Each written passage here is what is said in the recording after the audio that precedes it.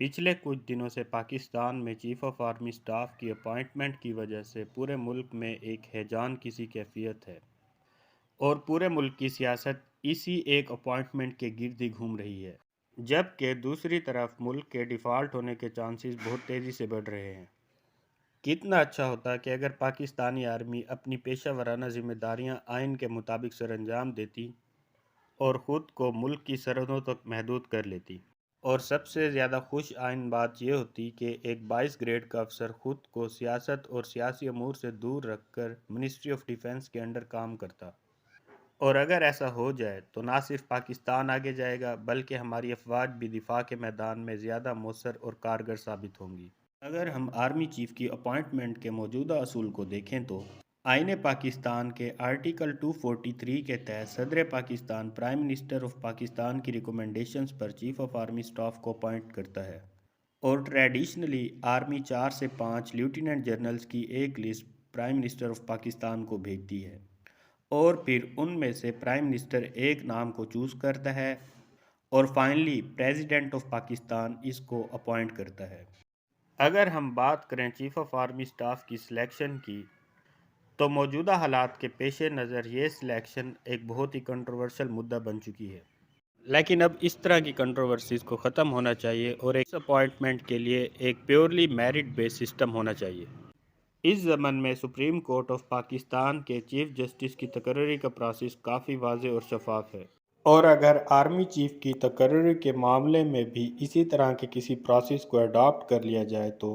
یوں prime minister of Pakistan یا کسی دوسری شخصیت کی ذاتی پسند اور ناپسند بے وقت اور بے معنی ہو جائے گی۔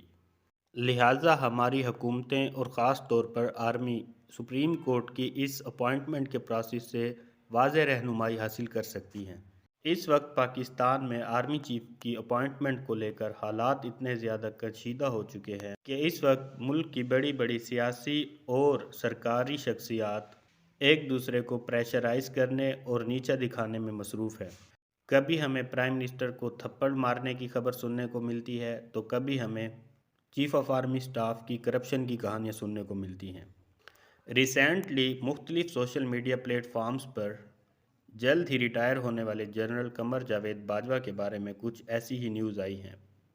اور ان نیوز کے مطابق جنرل باجوہ کی فیملی ممبرز نے پچھلے 6 سالوں میں مختلف بزنسز سٹارٹ کیے ہیں اور ڈومیسٹک اور فارن پراپرٹیز کو ایکوائر کر کے وہ بلینئرز بن چکے ہیں۔ لیکن اگر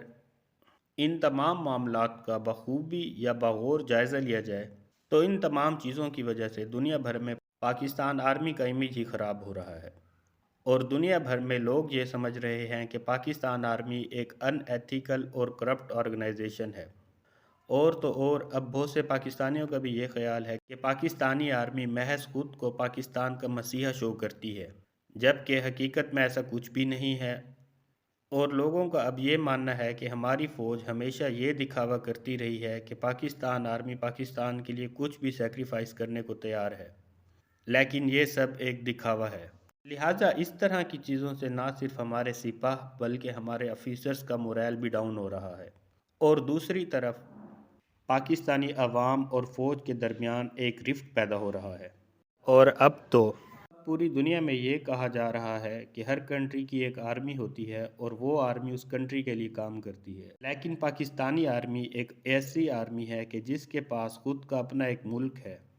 اور آرمی اس ملک کو اپنے فائدے کے لیے استعمال کر رہی ہے۔ یہاں پر میرا یہ سوال ہے کہ کیا اب وقت نہیں آ گیا کہ ہمیں اپنی تاریخ اور اپنے ہمسایوں سے بہت کچھ سیکھنا چاہیے؟ اس زمن میں سب سے پہلے آرمی کو ریٹریٹ کر کے بیرکس تک محدود ہونا چاہیے اور ملکی سرحدوں کے دفاع کے لیے اپنے کردار کو واضح کرنا چاہیے،